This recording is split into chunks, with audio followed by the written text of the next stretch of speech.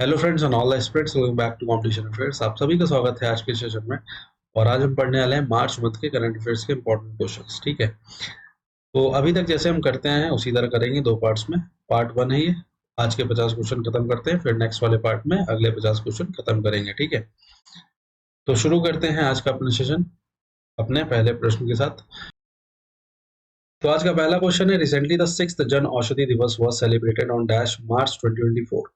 तो अभी हाल ही में मार्च 2024 में जन औषधि दिवस का 6वां संस्करण मनाया गया। आपको बताना है किस तारीख को। ऑप्शन देख लो, 6 है, 7 है, 8 है, 9 है। तो ये जो जन औषधि दिवस है ये मनाया जाता है 7 मार्च को। ठीक है, कंफ्यूज नहीं होना है 6 और 7 में। ये 6वां संस्करण था इस दिवस का, जन औषधि दिवस का, जो कि मनाया जाता है 7 मार्च को। ठीक है, तो 2024 में हमने कौन सा संस्करण मनाया है? 6वां, ये भी याद रखना है। ठीक है, अगर ये 6वां संस्करण था 2024 में, तो पहली बार कब मनाया गया होगा? ये कब से हम इस दिवस को मना रहे हैं, या भारत में कब से मनाया जा रहा है? ये 2019 से। 2019 में भारत सरकार ने इसकी घोषणा की कि 7 मार्च को किस रूप में मनाया जाएगा? जन औषधि दिवस के रूप में मनाया जाएगा। ठीक है, तो पहली बार 2019 में, और ये 6वां संस्करण 7 मार्च 2024, जन औषधि दिवस।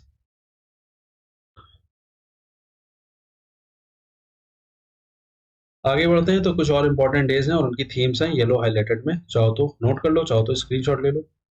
3 मार्च को वर्ल्ड वाइल्ड लाइफ डे मनाया जाता है। ठीक है, थीम क्या है? Connecting people and planet, exploring digital innovation in wild life conservation. ठीक, आगे आते हैं, तो 8 मार्च को इंटरनेशनल वुमेन्स डे, अंतर्राष्ट्रीय महिला दिवस। थीम क्या है? Invest in women, accelerate progress. Important है, थीम भी कई बार पूछी जा चुकी है। ठीक, क्योंकि डे तो इतनी बार पूछा जा चुका है कि इजी हो गया, अधिकतर लोगों को पता ही है। तो थीम याद रखना है इसकी। ठीक है, अंतर्राष्ट्रीय महिला दिवस की, invest in women, accelerate progress. फरवरी में हमने एक चीज और पढ़ी थी, राष्ट्रीय महिला दिवस। अगर आपने सेशन देखा हो तो आपको पता होना चाहिए कि राष्ट्रीय महिला दिवस कब मनाया जाता है? 13 फरवरी को, वैलेंटाइंस डे के ठीक एक दिन पहले, 13 फरवरी को राष्ट्रीय महिला दिवस, नेशनल वीमेंस डे। तो कंफ्यूज मत रहना राष्ट्रीय और अंतरराष्ट्रीय में। अंतरराष्ट्रीय 8 मार्च और राष्ट्रीय 13 फरवरी।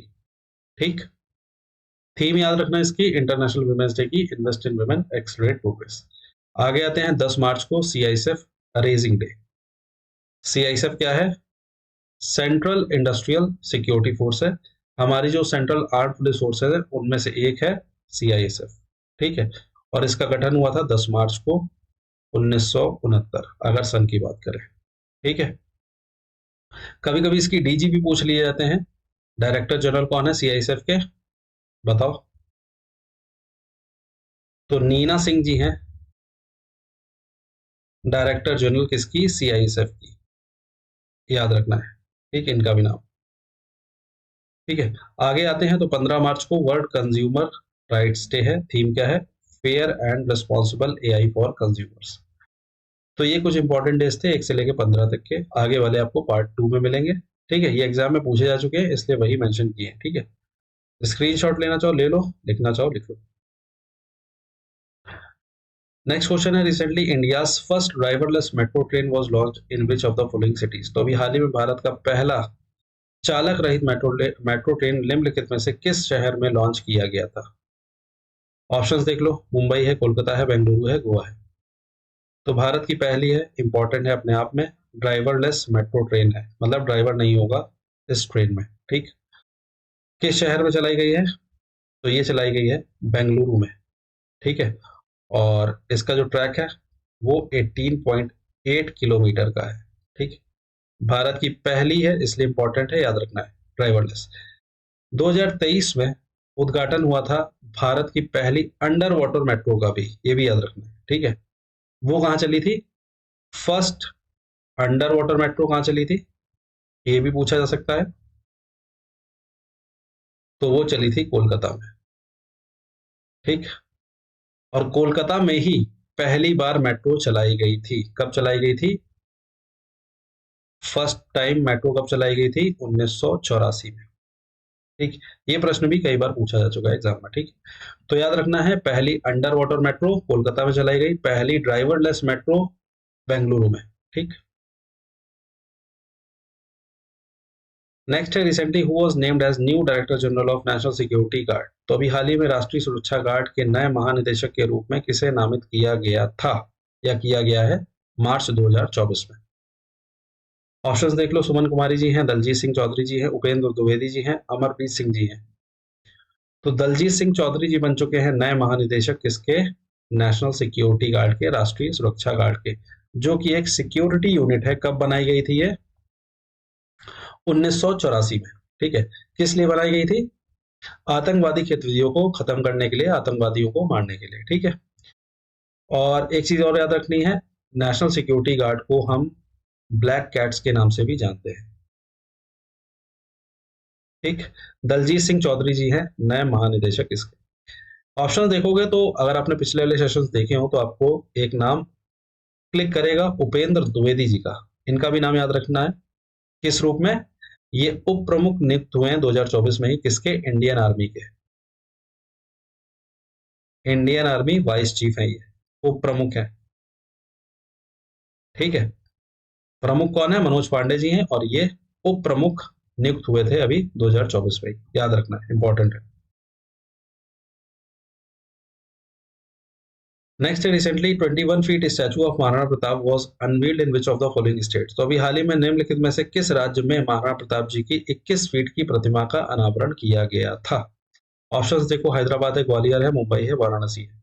तो यहाँ पर तो शहर दिए हुए हैं, पूछा गया है स्टेट्स, राज्य।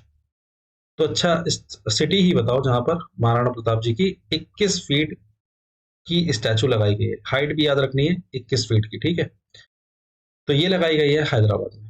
अब आप स्टेट बता दो, हैदराबाद कहाँ है, हैदराबाद है कैपिटल किसकी, तेलंगाना की। ठीक है, तो अगर स्टेट की बात करें तो तेलंगाना में 21 फीट का स्टैचू लगाया गया है महाराणा प्रताप जी का।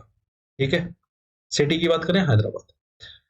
तेलंगाना के सीएम कौन है, चीफ मिनिस्टर कौन है, जल्दी बताओ, कई बार बात कर चुके हैं, रेवनाथ रेड्डी जी। ठीक, और गवर्नर कौन है यहाँ के, पता होना चाहिए ये भी, कौन है, सीपी राधाकृष्णन जी। ठीक, इनके बारे में एक चीज खास है, याद रखना है कि सीपी राधाकृष्णन जी तेलंगाना के तो गवर्नर हैं ही, इसके साथ साथ ये झारखंड के भी गवर्नर हैं। ठीक है, और इसी के साथ साथ ये केंद्र शासित प्रदेश है पुदुचेरी, उसके ये एलजी भी हैं, लेफ्टिनेंट गवर्नर भी हैं। तो तीन जगह याद रखनी है आपको, तेलंगाना, झारखंड और पुदुचेरी। किसके लिए, सीपी राधाकृष्णन जी के लिए। ठीक है, गवर्नर के रूप में। ठीक, इंपॉर्टेंट है, याद रखना। आगे बढ़ते हैं। नेक्स्ट है recently who became the new chief minister of Haryana. तो अभी हाल ही में हरियाणा के नए मुख्यमंत्री कौन बने हैं। ऑप्शन देख लो, बनवारी लाल पुरोहित जी हैं, सीपी राधाकृष्णन होंगे नहीं क्योंकि ये तो अभी गवर्नर पढ़ के आए हैं हम, नायब सिंह सैनी जी हैं, हेमंत सोरेन जी हैं, बनवारी लाल पुरोहित। अगर आपने पहले सेशन देखे हो तो आपको पता होना चाहिए कि बनवारी लाल पुरोहित जी जो हैं ये गवर्नर हैं, कहाँ के, पंजाब के। ठीक, तो ये भी हट जाते हैं। हेमंत सोरेन जी किससे जुड़े हुए हैं, झारखंड से जुड़े हुए हैं, तो ये भी हट जाते हैं। ठीक, बसते कौन है, ये हैं नायब सिंह सैनी जी, जो कि 11वें सीएम बन चुके हैं हरियाणा के। ठीक है, और जिनको भी याद है कि हेमंत सोरेन है झारखंड के सीएम, तो वो गलत है, क्योंकि ये भी चुने गए थे, ये हट गए हैं, नए चुने गए हैं झारखंड के सीएम। कौन है, चंपाई सोरेन। ठीक, इनका नाम याद रखना है। सोरेन पहले भी थे, अब भी हैं, बस पहले हेमंत थे, अब चंपाई सोरेन है। ठीक है, इनकी भी नियुक्ति, या फिर ये भी 2024 में ही चुने गए हैं चीफ मिनिस्टर के रूप में। ठीक, झारखंड के, तो ये नाम भी याद रखना। ठीक, और ये 7वें बने थे, ये याद रखना, 7th CM of Jharkhand.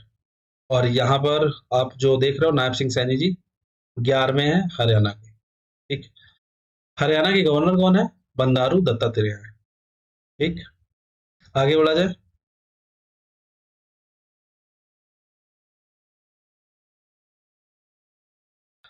Next है recently union government implemented citizenship amendment act which was passed in parliament in which year. तो अभी हाल ही में केंद्र सरकार ने नागरिकता संशोधन अधिनियम लागू किया जो किस वर्ष संसद में पारित किया गया था। ऑप्शंस देख लो, 2018 है, 19 है, 20 है, 21 है। तो सिटीजनशिप अमेंडमेंट एक्ट या फिर सीएए जिसको हम पढ़ सकते हैं 2019 में लागू हुआ था। ठीक है, डेट की बात करें तो 11 दिसंबर। ठीक, तो ये जब बिल आया था थोड़ा सा कंट्रोवर्शियल है। ठीक है, कुछ लोग इसके पक्ष में थे और कुछ लोग इससे सहमत नहीं थे, उस पर बात नहीं करेंगे। भारत सरकार का क्या कहना है इस पर, क्या टेक है, क्या वो चाहती है इस एक्ट के थ्रू, उस पर बात करेंगे। ठीक है, तो जो हमारा नागरिकता कानून है 1955 का, उसको थोड़ा सा संशोधित करते हुए क्या बदलाव किए गए हैं नागरिकता कानून में, उस पर नजर डालते हैं। भारत सरकार का कहना है कि 3 देश हैं, कौन कौन से, पाकिस्तान है, अफगानिस्तान है और बांग्लादेश है। इन 3 देशों के परसिक्यूटेड माइनॉरिटीज को नागरिकता देंगे। ठीक, माइनॉरिटी का मतलब क्या है, अल्पसंख्यक। ठीक है, और इन 3 देशों में अल्पसंख्यक कौन कौन है, हिंदू हैं, सिख हैं, जैन हैं, बौद्धिस्ट हैं और पारसी हैं। ठीक, भारत सरकार का कहना है कि इन 3 देशों के परसिक्यूटेड माइनॉरिटीज को हम नागरिकता देंगे अपने भारत देश की। ठीक है, माइनॉरिटीज तो समझ आता है कि जो अल्पसंख्यक हैं। परसिक्यूटेड का मतलब क्या है, ऐसे अल्पसंख्यक जो वहां पर दबाए जा रहे हैं, सताए जा रहे हैं, उनके साथ दुर्व्यवहार हो रहा है। ठीक है, अच्छा व्यवहार नहीं हो रहा है, ऐसे अल्पसंख्यकों को हम अपने भारत की नागरिकता देंगे, अपने भारत में लाएंगे। ये है कानून। ठीक है, तो इन 3 देशों में ये परसिक्यूटेड माइनॉरिटीज हैं जिनको नागरिकता देने का कानून है सीए। ठीक है, इसमें एक धर्म शामिल नहीं है, एक वर्ग के लोग शामिल नहीं, कौन से, मुस्लिम। क्यों, उसका भी कारण है।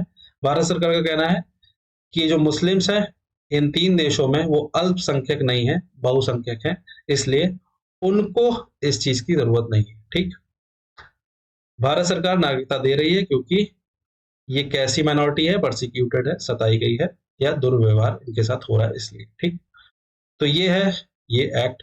ठीक, सिटीजनशिप अमेंडमेंट एक्ट। आगे बढ़ा जाए तो इन 3 देशों के नाम याद रखने हैं और ये 5 कैटेगरीज हैं जो धर्म है जिनके लोगों को दी जाएगी नागरिकता, उनके भी याद रखने हैं। ठीक है,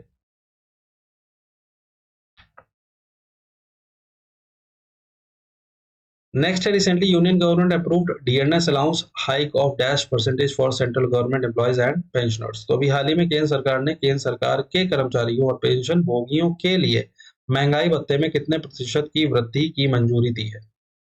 ऑप्शन है 4% है, 5% है, 6% है, 7% है। तो डीएनएस अलाउंस जिसको हम शॉर्ट फॉर्म में डीए सुनते हैं, कई बार सुना होगा कि डीए बढ़ गया है, तो भारत सरकार ने इसको 4% बढ़ा दिया है। ठीक है, और ये 46% से लेकर अब कितना हो गया है, 50% हो गया है। पहले 46% था बेसिक पे का, अब कितना है, 50% है बेसिक पे का। ठीक, 4% बढ़ाकर कितना कर दिया है, 50%, याद रखना है। ठीक, तो 4% की बढ़ोतरी हुई है डीए में। ठीक है, डीएनएस अलाउंस क्यों बढ़ाया गया है, महंगाई से राहत के लिए। ठीक है, जो भी महंगाई बढ़ी है उसमें राहत देते हुए डीएनएस अलाउंस को बढ़ाया गया 4%। Recently which state's police launched operation Kamdhenu. तो अभी हाल ही में किस राज्य की पुलिस ने ऑपरेशन कामधेनु शुरू किया है। ऑप्शन देख लो, मध्य प्रदेश है, तमिलनाडु है, उत्तर प्रदेश है, जम्मू एंड कश्मीर है। तो ऑपरेशन कामधेनु किस चीज को लेकर है, पिक्चर से समझ आ जाएगा। इलीगल काउ स्मगलिंग को रोकने के लिए है। गांव गायों की जो इलीगल तरीके से स्मगलिंग हो रही है उसको रोकने का काम है ये ऑपरेशन कामधेनु, और ये चलाया गया है जम्मू कश्मीर की पुलिस द्वारा। ठीक, याद रखना है। ठीक, जम्मू कश्मीर के एलजी कौन है, मनोज सिन्हा जी है।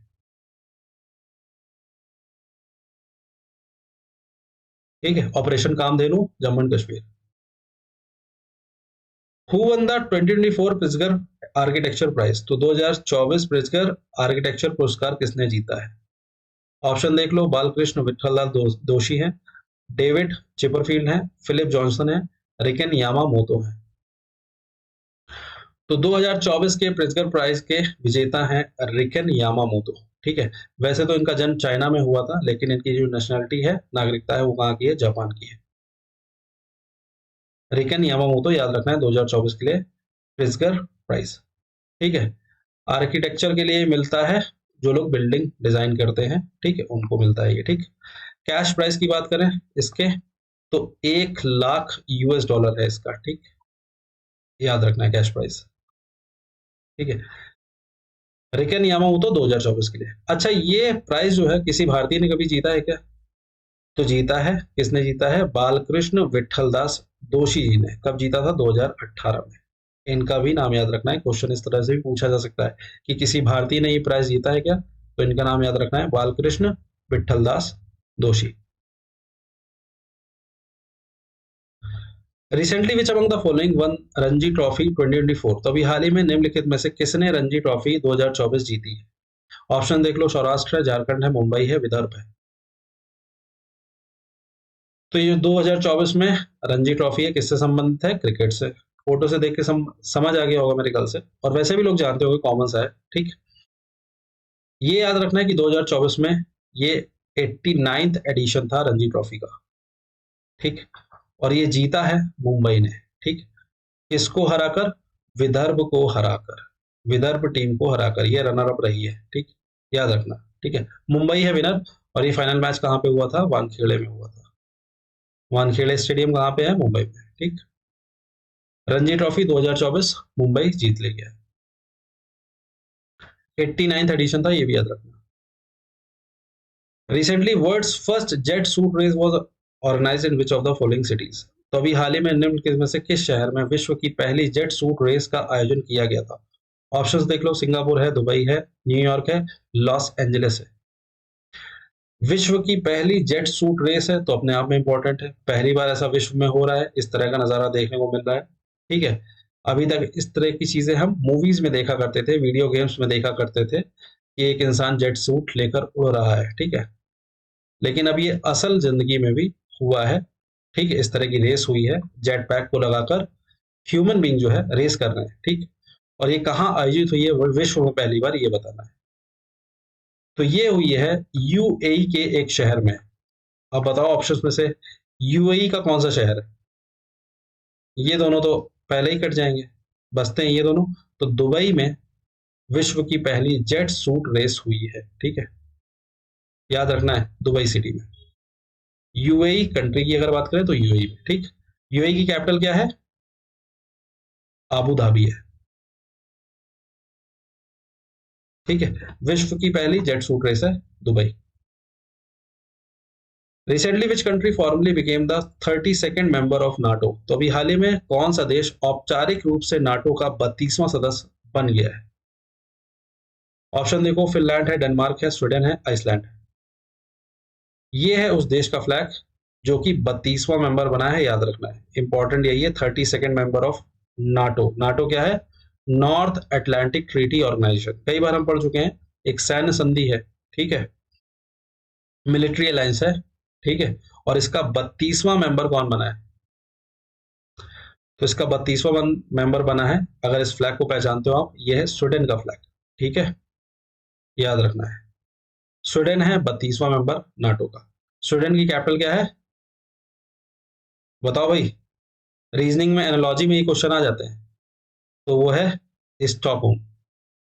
स्पेलिंग में थोड़ी मिस्टेक हो तो इग्नोर करना। ठीक है, Stockholm is the capital of Sweden. ठीक, अभी 2023 में ये क्वेश्चन कई एग्जाम में पूछा गया था कि नाटो का 31वां मेंबर कौन बना था? तो वो फिनलैंड बना था। ठीक है, 2023 में ही 31st मेंबर था ये फिनलैंड। ठीक है, और 32वां कौन बन गया है? स्वीडन बन गया है। ठीक, नाटो का हेडक्वार्टर कहाँ है? ब्रुसेल्स, बेल्जियम में है। कब गठन हुआ था? 1949 में हुआ था। ठीक, नाटो के हेड कौन है? डीजी कौन है? जेन स्टॉलटेनबर्ग है। ठीक है, ये चीजें कई बार पढ़ चुके हैं, लेकिन फिर भी रिकॉल कर देते हैं। ठीक है, recently Bichom became the 27 district of which of the following state? तो अभी हाल ही में बिचौम निम्नलिखित में से किस राज्य का 27वां जिला बना है? ऑप्शंस देख लो, बिहार है, असम है, अरुणाचल प्रदेश है, त्रिपुरा है। तो बिचौम बन चुका है 27वां जिला इस राज्य का। मैप में अगर देखो इस राज्य का, इधर कौन सा राज्य है, नॉर्थ ईस्ट में, मोस्ट ईस्ट में कौन सा है, अरुणाचल प्रदेश है। ठीक है, बिचौम है 27वां जिला, कहाँ का, अरुणाचल प्रदेश का। ठीक है, अरुणाचल प्रदेश के सीएम कौन है, चीफ मिनिस्टर कौन है, प्रेमा खंडू जी।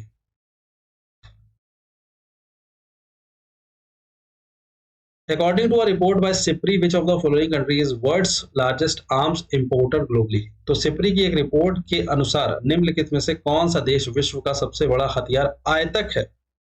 आयतक की बात हो रही है, इंपोर्टर की। ऑप्शंस देख लो, यूएस है, रशिया है, इंडिया है, चाइना है। तो विश्व का जो सबसे बड़ा इंपोर्टर है वो कोई और नहीं, हमारा भारत ही है। ठीक है, और भारत जो है ग्लोबली पूरे विश्व में जितनी भी सेल हुई है आर्म्स की, हथियारों की, उसमें जो भारत का अकाउंट है वो 9.8% का है। ठीक, इसी के साथ भारत जो है विश्व का सबसे बड़ा इंपोर्टर है हथियारों का। ठीक, और भारत ने सबसे ज्यादा इंपोर्ट किस देश से किया है, ये भी याद रखना, रशिया से किया है। ठीक, रशिया है सबसे ज्यादा इंपोर्ट करने वाला इंडिया को हथियार। ठीक, याद रखना है रशिया का भी नाम। ठीक, तो ये तो हो गई लार्जेस्ट इंपोर्टर की बात, लेकिन अगर लार्जेस्ट एक्सपोर्टर की अगर बात की जाए तो वो कौन रहा है इस लिस्ट में, इस रिपोर्ट में, तो यूएस है लार्जेस्ट एक्सपोर्टर। ठीक, यूएस को याद रखना है लार्जेस्ट एक्सपोर्टर के रूप में, इंडिया हमारा लार्जेस्ट इंपोर्टर है। सबसे ज्यादा किस देश से लिए, रशिया से लिए। Recently James Anderson achieved 700 test wickets, becoming the dash to do so. तो अभी हाल ही में जेम्स एंडरसन ने 700 विकेट हासिल किए हैं, ऐसा करने वाले ये किस नंबर के बन गए हैं, ये बताना है। तो जेम्स एंडरसन किस टीम के या फिर किस देश के खिलाड़ी हैं, इंग्लैंड के हैं। ठीक, फास्ट बॉलर है ये, और इन्होंने 700 विकेट का, टेस्ट विकेट का वो भी, इतिहास जो है, इतिहास क्या है मतलब इससे ज्यादा विकेट्स लिए हैं, लेकिन 700 का आंकड़ा टेस्ट विकेट में छुआ है। अच्छी बात है, मतलब जल्दी नहीं ऐसा लोग कर पाते हैं। ठीक, आपको बताना है ये ऐसा करने वाले, 700 विकेट लेने वाले कौन से नंबर के खिलाड़ी बन चुके हैं, एक है, दो है, तीन है। तो ये तीसरे ऐसे खिलाड़ी हैं जिन्होंने टेस्ट में 700 विकेट्स लिए। ठीक है, इससे पहले जो दो खिलाड़ी हैं वो कौन कौन से हैं, एक तो मुरलीधरन जी है और शेन वॉर्न है। ठीक, टेस्ट विकेट की बात करें, मुरलीधरन जी के जो विकेट हैं वो 800 हैं, शेन वॉर्न के कितने हैं, 708 है, और जेम्स एंडरसन जो है 700 विकेट का आंकड़ा छू चुके हैं। ठीक, एक चीज और इंटरेस्टिंग है क्या, कि जो 700 विकेट इनके पूरे हुए हैं, ये किसका विकेट लिया है इन्होंने, कुलदीप यादव का विकेट। हमारे भारत के जो खिलाड़ी हैं, भारत और इंग्लैंड के बीच मैच चल रहा था, कुलदीप यादव जी का जो विकेट गया है उसी के साथ इन्होंने अपने 700 विकेट पूरे किए हैं। ठीक, जेम्स एंडरसन ऐसा करने वाले तीसरे बन चुके हैं। और एक चीज और याद रखनी है कि ये पहले फास्ट बॉलर है जिन्होंने 700 का आंकड़ा छुआ है। इससे पहले जो दो है वो स्पिनर्स हैं। ठीक है, तो भारतीय स्पिनर भी हैं इस लाइनअप में 619 विकेट के साथ, अनिल कुंबले जी। ठीक है, तो याद रखना है जेम्स एंडरसन तीसरे हैं 700 का आंकड़ा छूने वाले test wicket. Recently, CM Naveen Patnaik inaugurated India's first indoor athletics stadium and indoor aquatic center in which of the following states? तो अभी हाल ही में मुख्यमंत्री नवीन पटनायक जी ने निम्नलिखित में से किस राज्य में भारत के पहले इंडोर एथलेटिक्स स्टेडियम और इंडोर जलीय केंद्र का उद्घाटन किया है। ऑप्शंस देख लो, उड़ीसा है, केरला है, गोवा है, गुजरात है। पहले तो क्वेश्चन में ही हिंट छुपी हुई है। ठीक, नवीन पटनायक जी कहाँ के सीएम है, बताओ, चीफ मिनिस्टर कहाँ के, उड़ीसा के। ठीक, और उड़ीसा के कलिंग स्टेडियम में,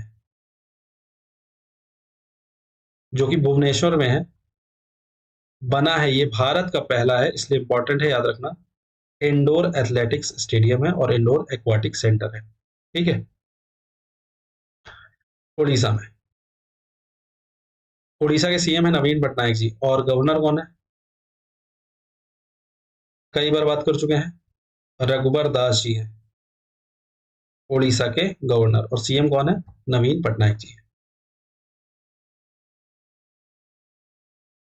नेक्स्ट है recently India rank dash in the gender inequality index released by UNDP. तो अभी हाल ही में यूएनडीपी द्वारा लैंगिक असमानता सूचकांक में भारत को कौन सा स्थान दिया गया है?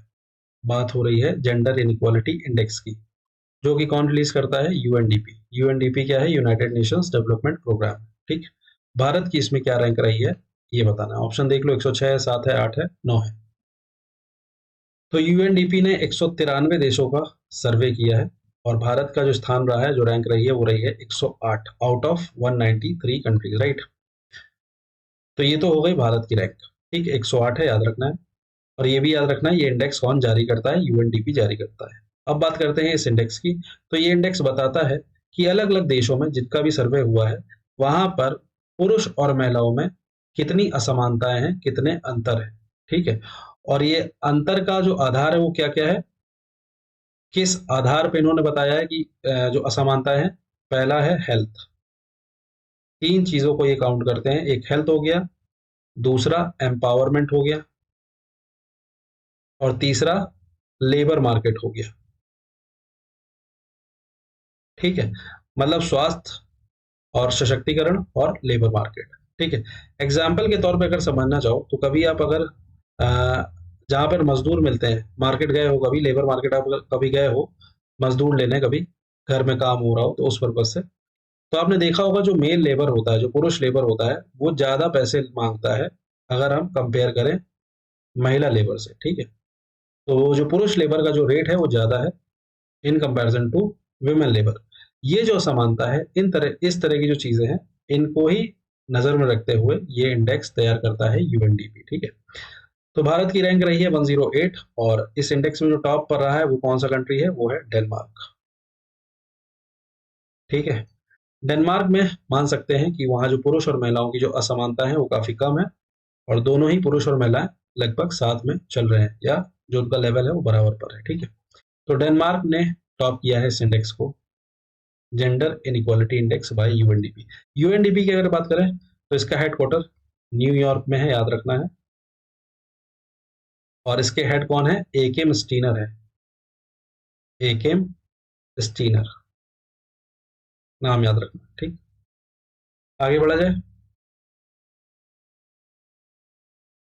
Recently PM Modi inaugurated Sela tunnel in which of the following state. तो अभी हाल ही में प्रधानमंत्री मोदी जी ने निम्नलिखित में से किस राज्य में सेला सुरंग का उद्घाटन किया है? ऑप्शंस देख लो, अरुणाचल प्रदेश है, त्रिपुरा है, असम है, लद्दाख है।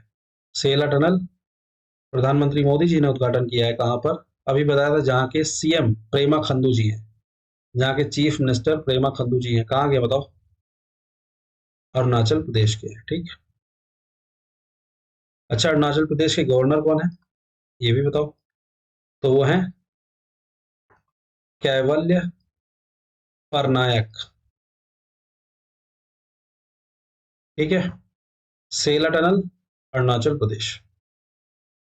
Recently who among the following became the brand ambassador of Speed petrol. तो अभी हाल ही में निम्नलिखित में से कौन स्पीड पेट्रोल का ब्रांड एम्बेसडर बन गया है? ऑप्शन देखो, पीवी सिंधु है, युवराज सिंह है, रणवीर सिंह है, नीरज चोपड़ा है।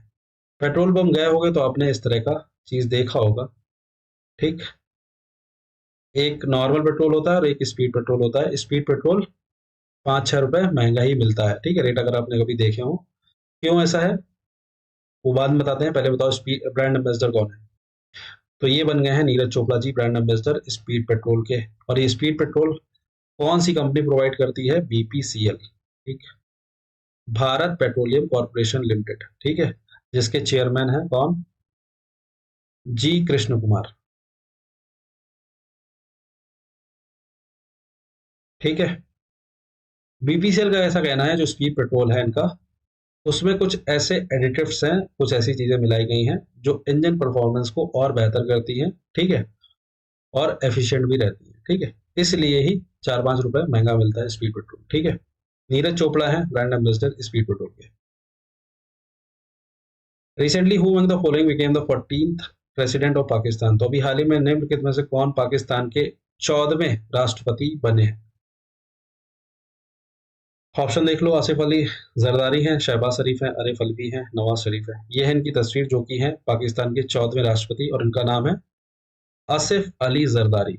जिनको भी आरिफ अली पता था भूल जाइए, ये गलत हो गए। ठीक है।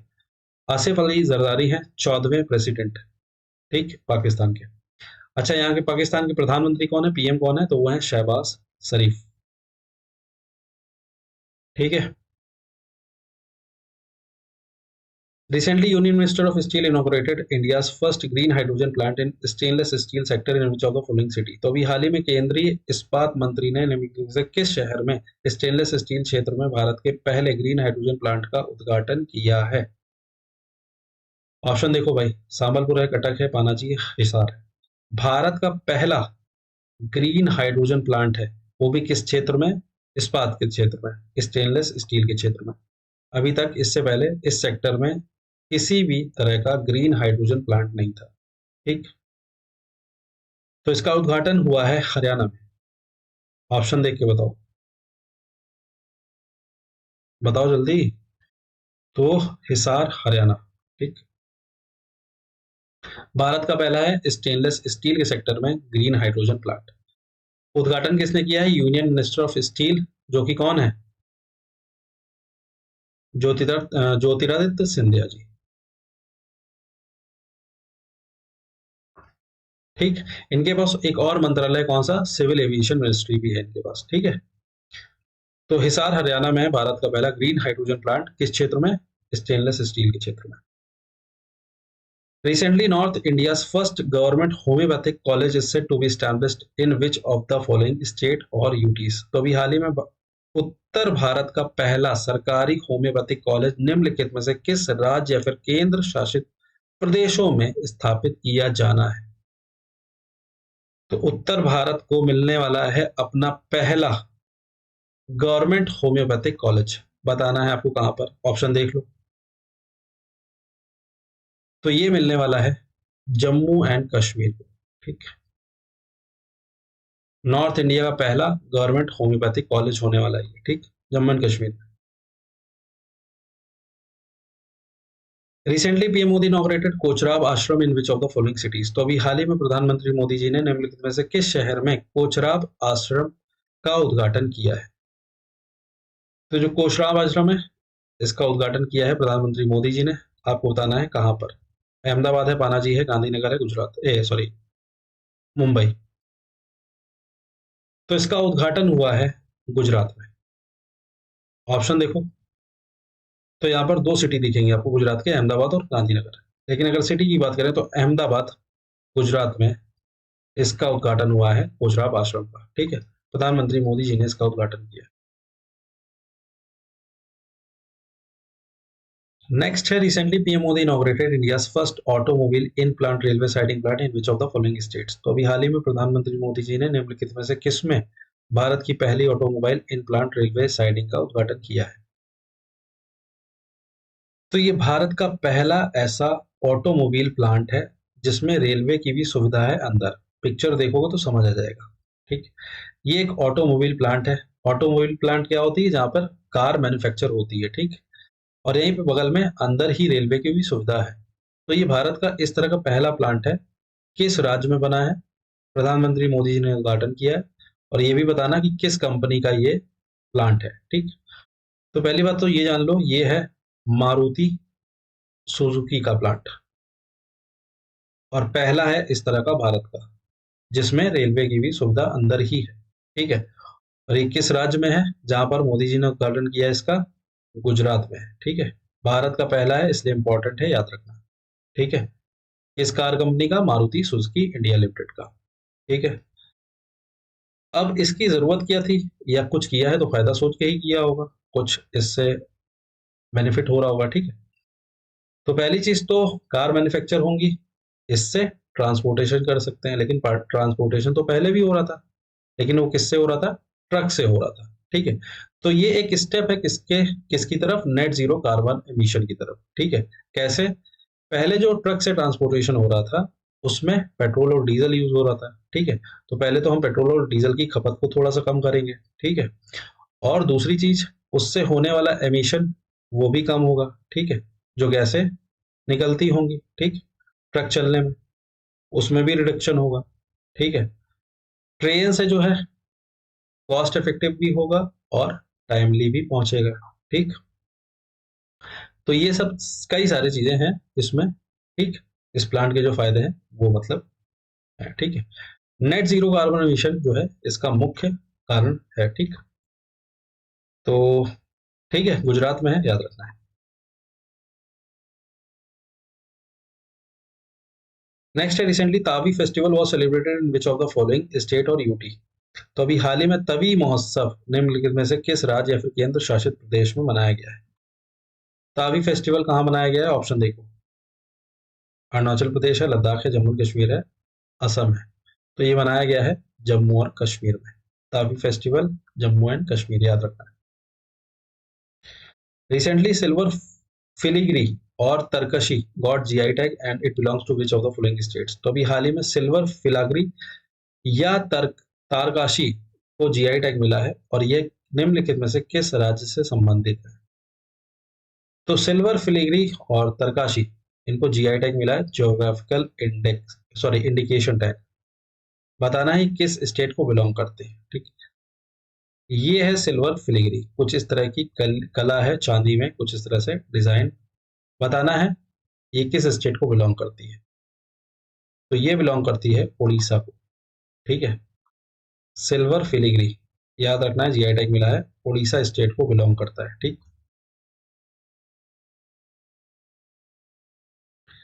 रिसेंटली चापछर कुट festival was celebrated in which of the following state. तो अभी हाल ही में चापछर कुट महोत्सव निम्नलिखित में से किस राज्य में मनाया गया है?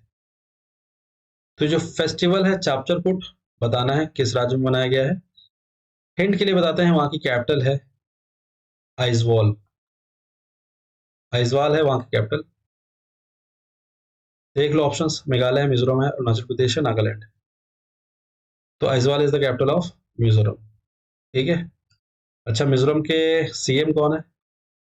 2023 में ही इनका जो है चुनाव हुआ था, ठीक। ये चुने गए थे सीएम मिजोरम के।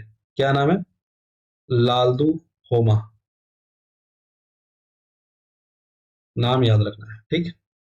लालदू होमा है सीएम किसके? मिजोरम के। कैपिटल क्या है? आइजवाल है। Chapchar Kut festival. Recently who among the following became the first female sniper of Border Security Force. हाल ही में निम्नलिखित में से कौन सीमा सुरक्षा बल की पहली महिला स्नाइपर बनी है? ये है इनकी तस्वीर जो कि बन चुकी है पहली महिला स्नाइपर किसकी? बीएसएफ की, बॉर्डर सिक्योरिटी फोर्स की।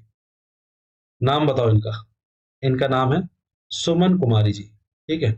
और ये हिमाचल प्रदेश को बिलोंग करती है, ठीक। स्नाइपर मेरे ख्याल से बताने की जरूरत तो है नहीं, पबजी वर्ड है आजकल, ठीक है, सभी को पता होगा स्नाइपर क्या होता है। एक लंबी सी बंदूक, ठीक है, राइफल टाइप की, जिससे दूर का निशाना लगाया जा सकता है एक्यूरेसी के साथ, ठीक। तो ये है सुमन कुमारी जी हैं, पहली महिला स्नाइपर है बॉर्डर सिक्योरिटी फोर्स की। बॉर्डर सिक्योरिटी फोर्स की बात करें तो इसके हेड कौन है बीएसएफ के, ये भी पूछे जा सकते हैं, तो वो है नितिन अग्रवाल जी,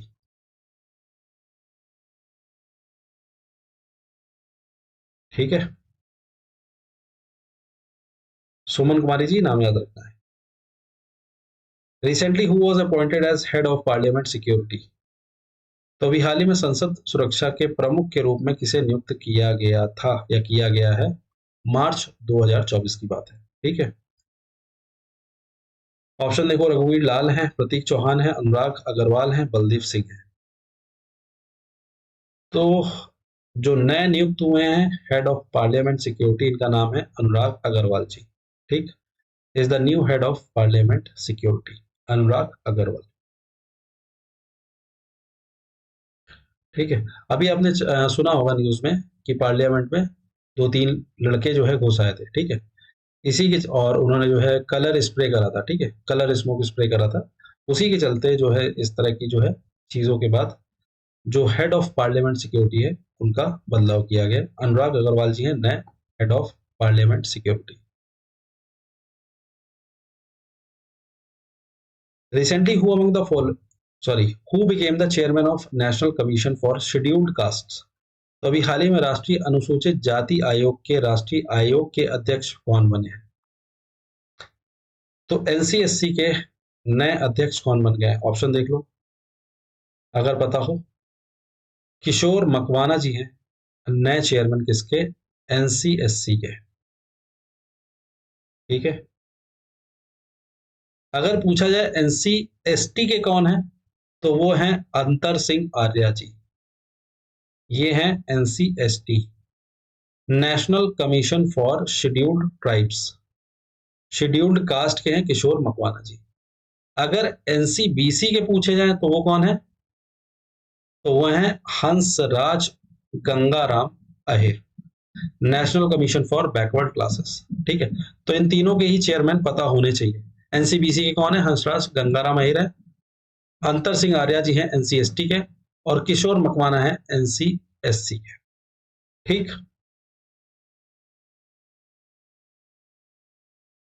नेक्स्ट है, recently who was appointed as the new president of paralympic committee of India. तो अभी हाल ही में भारत की पैरालंपिक समिति के नए अध्यक्ष के रूप में किसे नियुक्त किया गया है।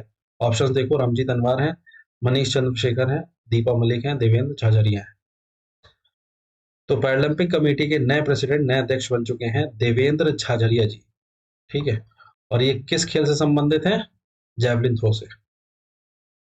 ये भी याद रखना है। क्यों, क्योंकि ये 2 बार पैरालंपिक में गोल्ड जीते हैं। ठीक है। कब कब, एक तो 2004 में और 2016 में, इसलिए इंपॉर्टेंट है, इनका नाम याद रखना। देवेंद्र झाझरिया नए अध्यक्ष हैं पैरालंपिक कमेटी ऑफ इंडिया के, और 2 बार गोल्ड जीते हैं, 2004 में और 16 में, जैवलिन थ्रो में। Recently India conducted exercise Samudra Laxman with which of the following countries. तो अभी हाल ही में भारत ने निम्नलिखित में से किस देश के साथ समुद्र लक्ष्मण अभ्यास आयोजित किया था। तो ऑप्शंस देख लो भाई, बांग्लादेश है, मलेशिया है, जापान है, श्रीलंका है। बताना है समुद्र लक्ष्मण भारत ने किसके साथ ये अभ्यास किया है। तो भारत और मलेशिया के बीच में यह अभ्यास हुआ है। मलेशिया की कैपिटल क्या है मेरे भाई, तो वो है कुआलालंपुर। याद रखना है। और इस अभ्यास की बात करें तो भारत की तरफ से आईएनएस किल्तन ने इसमें भाग लिया था, इंडियन नेवल शिप किल्तन। ठीक है।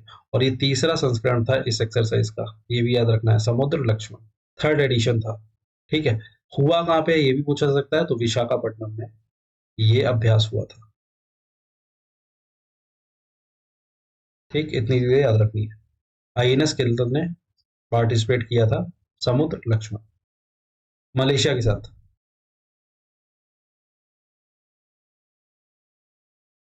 Which among the following countries participated in a joint naval exercise named Security Belt 2024?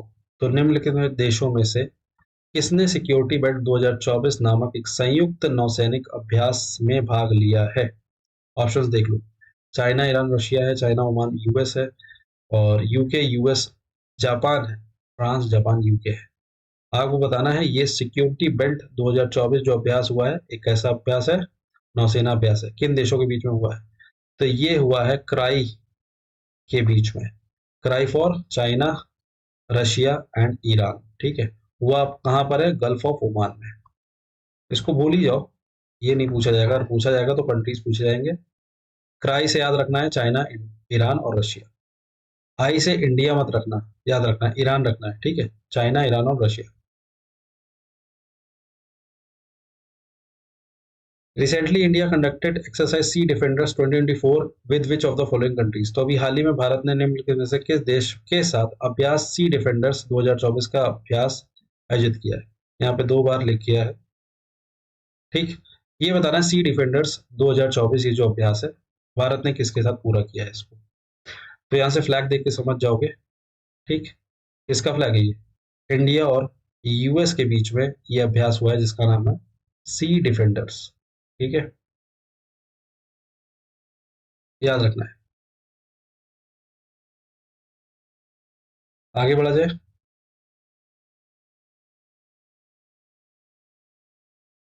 Recently, Indian Navy participated in a multinational exercise Cutlass Express 2024 which was held in which of the following countries? तो अभी हाल ही में भारतीय नौसेना ने एक बहुराष्ट्रीय अभ्यास कटलेस एक्सप्रेस 2024 में भाग लिया है, जो निम्नलिखित में से किस देश में आयोजित किया गया था।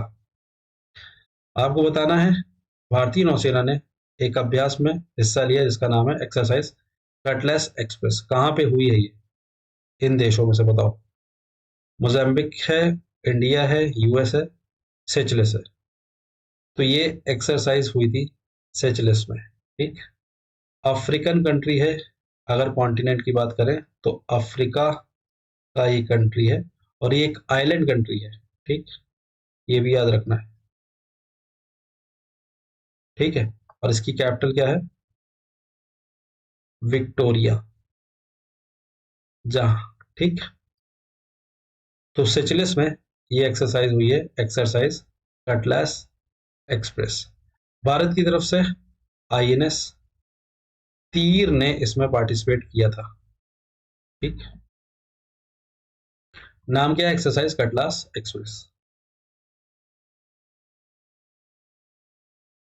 Recently tri service exercise named Bharat Shakti was held in which of the following cities. तो अभी हाल ही में भारत शक्ति नामक एक त्रिसेवा अभ्यास निम्नलिखित में से किस शहर में आयोजित किया गया था।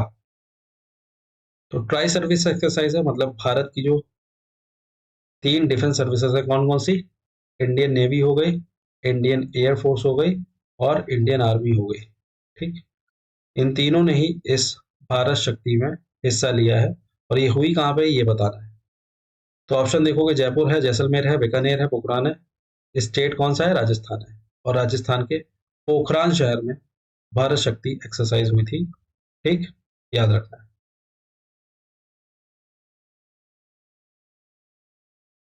नेक्स्ट है, recently Maharashtra government renamed Ahmednagar as which of the following. तो अभी हाल ही में महाराष्ट्र सरकार ने अहमदनगर का नाम बदलकर निम्नलिखित में से किसके रूप में किया है, या फिर क्या रख दिया है। ठीक, तो अहमदनगर का नाम बदलकर क्या रख दिया है महाराष्ट्र सरकार ने। ठीक, ऑप्शन देखो, अहिल्यानगर है, छत्रपति संभाजी नगर है, छत्रपति शिवाजी नगर है, धाराशिव है। ठीक, तो अहमदनगर का नाम अब अहमदनगर नहीं है। ऑप्शन, अगर आपने पिछले वाले सेशन देखें तो छत्रपति संभाजी जो नगर है ये औरंगाबाद का नाम बदल कर दिया गया था 2023 में। ठीक, तो ये ऑप्शन तो होगा नहीं। ठीक, और एक चीज और ध्यान आनी चाहिए कि धाराशिव जो है ये नाम उस्मानाबाद का कर दिया गया था 2023 में ही। ठीक, तो ये भी ऑप्शन हटा दो, बचते क्या है, अहिल्यानगर और शिवाजी नगर। तो अहमदनगर का नया नाम है अहिल्यानगर, याद रखना है। ठीक है, अहमदनगर का नया नाम क्या है, अहिल्यानगर है। ठीक, और ऑलरेडी 2023 में औरंगाबाद और उस्मानाबाद का नाम बदला जा चुका है। क्या रखा गया है, औरंगाबाद का छत्रपति संभाजी नगर और उस्मानाबाद का धाराशिव। ठीक, महाराष्ट्र गवर्नमेंट की बात करें तो यहाँ के सीएम कौन है, चीफ मिनिस्टर कौन है, एक नाथ शिंदे जी। और यहाँ के गवर्नर कौन है, तो वो हैं रमेश बाइस। ठीक,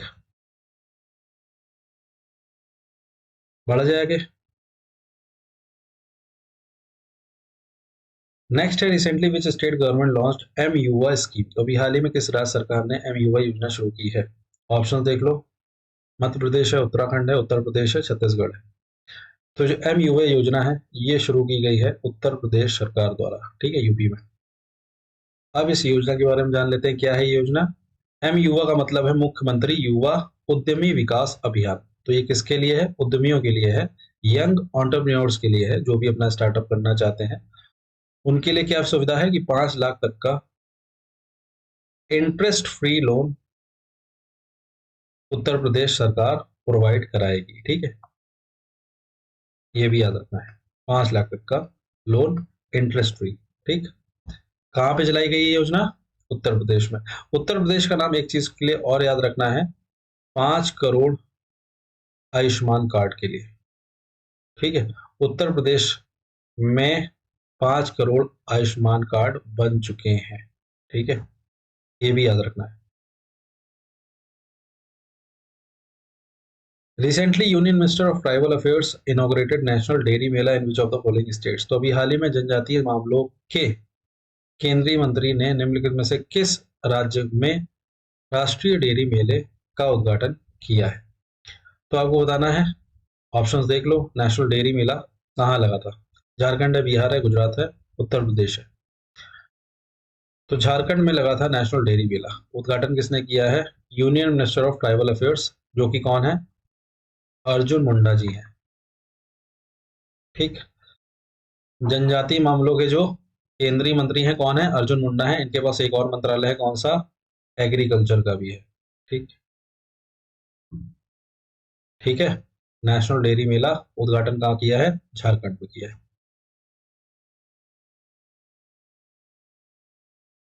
recently which state government launched Indiramma housing scheme? तो अभी हाल ही में किस राज्य सरकार ने इंद्रमा आवास योजना शुरू की है? तो हाउसिंग स्कीम है जिसका नाम है इंद्रमा, किस स्टेट में शुरू की है, किस राज्य सरकार ने शुरू की है? देख लो ऑप्शंस, केरला है, उत्तर प्रदेश है, तेलंगाना है, तमिलनाडु है। तो तेलंगाना सरकार ने ये योजना शुरू की है, इंद्रमा हाउसिंग स्कीम। ठीक। आगे बढ़ा जाए। Recently Feleti Teo became the new prime minister of which country? तो हाल ही में फेलिती तियो किस देश के नए प्रधानमंत्री बने हैं? याद रखना है, क्या बने हैं? प्रधानमंत्री बने हैं, प्रेसिडेंट नहीं बने हैं। फेलिती तियो नाम है। ये है उस देश का फ्लैग। और कंट्री कौन सा है? ऑप्शन देखो, तुवालू है, अर्जेंटीना है, क्यूबा है, सुरिनाम है। तियो और तुवालू, ऐसे याद रख सकते हो, तियो तिवालू। ठीक। फेलिती तियो बने हैं प्रधानमंत्री तुवालू के। ठीक है, ये है तुवालू का फ्लैग इस तरह से।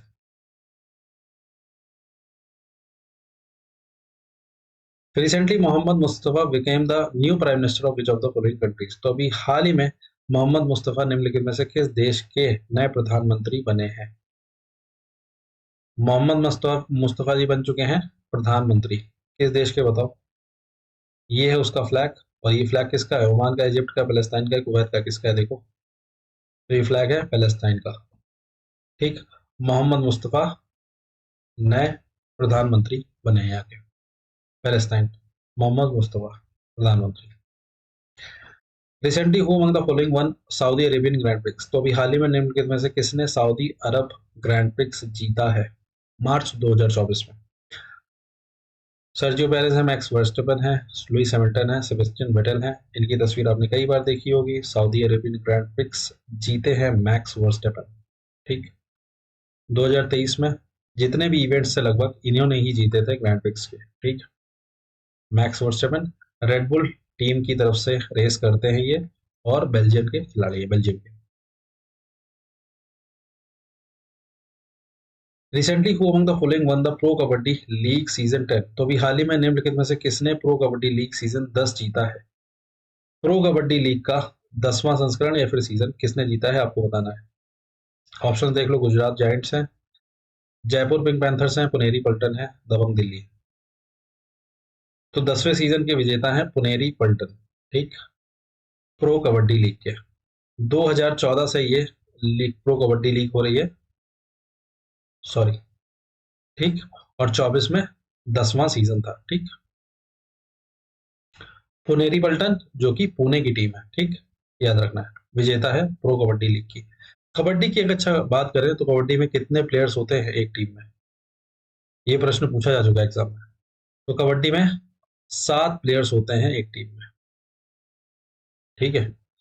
अच्छा, कबड्डी किस देश का नेशनल गेम है? राष्ट्रीय खेल है किस देश का? तो कबड्डी है बांग्लादेश का नेशनल गेम, ये भी याद रखना। ठीक।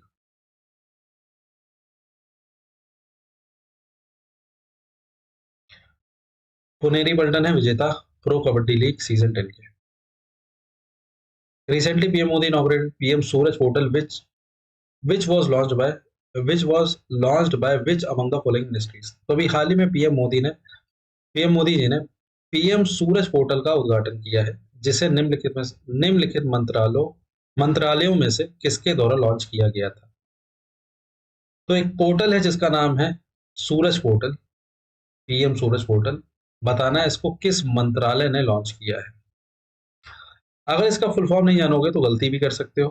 ठीक है, क्योंकि सूरज है तो हो सकता है तुम्हें लगे कि सोलर एनर्जी से संबंधित है, और ऑप्शन देखोगे तो हो सकता है रिन्यूएबल एनर्जी जो मिनिस्ट्री है उस पर टिक लगा दो। ठीक। लेकिन इसका फुल फॉर्म जानो पहले। प्रधानमंत्री सामाजिक उत्थान एवं रोजगार आधारित जन कल्याण। फुल फॉर्म समझ रहे हो? ठीक, सोशल है थोड़ा सा, ठीक है, सामाजिक उत्थान की बात हो रही है। तो किस मंत्रालय द्वारा ये लॉन्च किया गया होगा, देखो जरा। मिनिस्ट्री ऑफ रिन्यूएबल एनर्जी है, मिनिस्ट्री ऑफ एजुकेशन है, ministry of science and technology है, ministry of social justice and empowerment है। तो यही है सामाजिक न्याय और सशक्तिकरण जो मंत्रालय है, जिसने पीएम सूरज पोर्टल लॉन्च किया है। ठीक है, एक बार इन सभी मंत्रालयों के जो मंत्री हैं, यूनियन मिनिस्टर्स हैं, वो बताओ।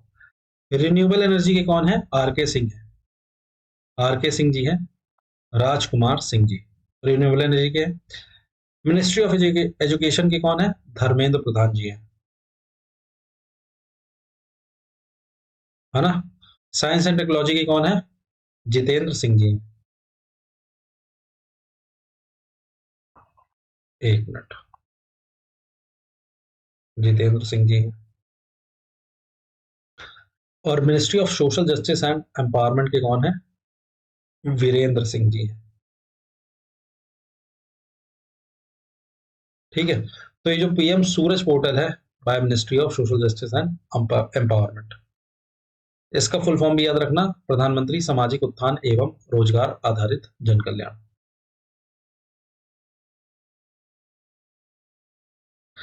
Recently, Union Minister of Science and Technology inaugurated National Speed Breeding Crop Facility at Navi in which of the following cities? तो अभी हाल ही में केंद्रीय विज्ञान और प्रौद्योगिकी मंत्री ने निम्नलिखित में से किस शहर में नावी में राष्ट्रीय स्पीड ब्रीडिंग फसल सुविधा का उद्घाटन किया है? ठीक है, ऑप्शन देख लो। गांधीनगर है, मुंबई है, मोहाली है, लखनऊ है। पहले तो नावी का मतलब समझो क्या है। नावी का मतलब है national agree food biotechnology institute. ठीक, जहां पर ये national speed breeding crop facility लगाई गई है, आपको बताना है कहां पर। ठीक, तो ये जो नाभी है, national agri agri food biotechnology institute है, ये कहाँ पे है? मोहाली में है। ठीक, मोहाली पंजाब में। ठीक, और ये जो फैसिलिटी है national speed breeding, speed breeding से क्या समझ रहे हैं? कि तेजी से जो है प्रजनन हो, ठीक है, किसका? फसलों का। तो मतलब एक साल में हम ज्यादा बार जो है फसलें बो पाए। ठीक है, तो ये टेक्नोलॉजी का यूज करके इस तरह की फैसिलिटी लगाई गई है। कहाँ पर? नावी में, national agree food biotechnology institute Mohali में, जो कि कहाँ है? पंजाब में। ठीक है, union minister of science and technology की बात हुई थी, जिन्होंने उद्घाटन किया इस फैसिलिटी का। अभी हमने पढ़ा भी था, कौन है? Jitendra Singh ji.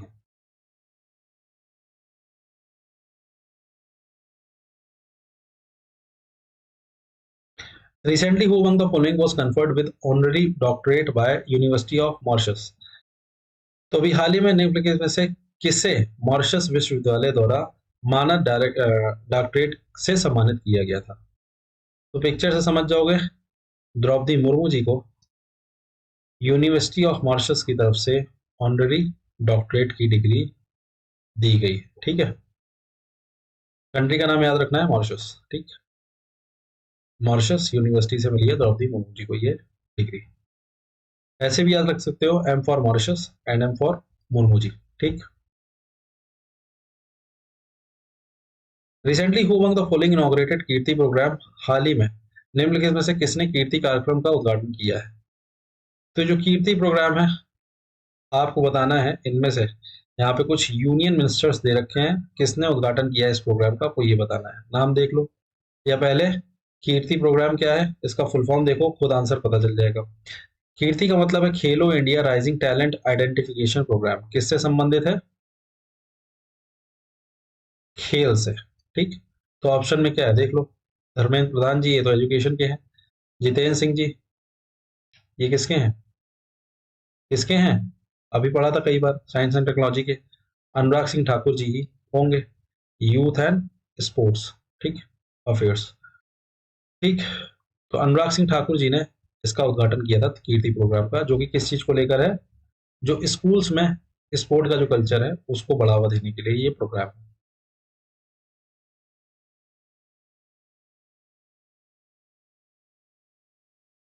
Recently which country one the BWF French Open men's doubles title? तो अभी हाल ही में किस देश ने BWF फ्रेंच ओपन पुरुष युगल खिताब जीता है? तो ये बैडमिंटन का इवेंट था। ठीक है, और फ्रेंच ओपन जो है मेंस का डबल टाइटल किसने जीता है, किस देश ने, ये बताना है। ऑप्शन देख लो, मलेशिया है, चाइना है, इंडिया है, इंडोनेशिया है। तो हमारे भारत ने ही जीता है ये टाइटल, इसलिए इंपॉर्टेंट है, याद रखना है। हमारे भारत की जो डबल्स टीम है बैडमिंटन की, उसने ये टाइटल जीता है फ्रेंच ओपन का, राइट। और ये डबल्स टीम किसकी किसकी है? सात्विक साईराज और Chirag Shetty.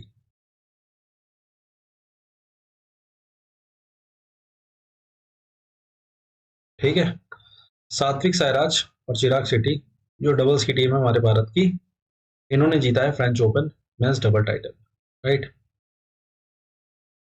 Badminton event. Recently union minister Anurag Singh inaugurated संसद खेल Mahakumbh 3.0 was launched in which of the following states? तो अभी हाल ही में केंद्रीय मंत्री अनुराग सिंह जी ने संसद खेल महाकुंभ 3.0 का उद्घाटन निम्नलिखित में से किस राज्य में शुरू किया था? तो आपको बताना है संसद खेल महाकुंभ, ठीक, ये कहां पर, किस स्टेट में अनुराग सिंह ठाकुर जी ने उद्घाटन किया है? तीसरा संस्करण है संसद खेल महाकुंभ का, और ये हुआ है हिमाचल प्रदेश में।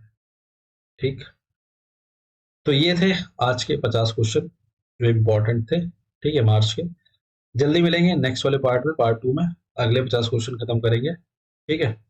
आई होप आपको सेशन अच्छा लगा होगा, क्वेश्चंस इंपॉर्टेंट लगे हो तो इसको रिवीजन में रखिएगा, देखते रहिएगा, और जल्दी मिलते हैं पार्ट 2 में अगले 50 क्वेश्चन के साथ, ठीक है।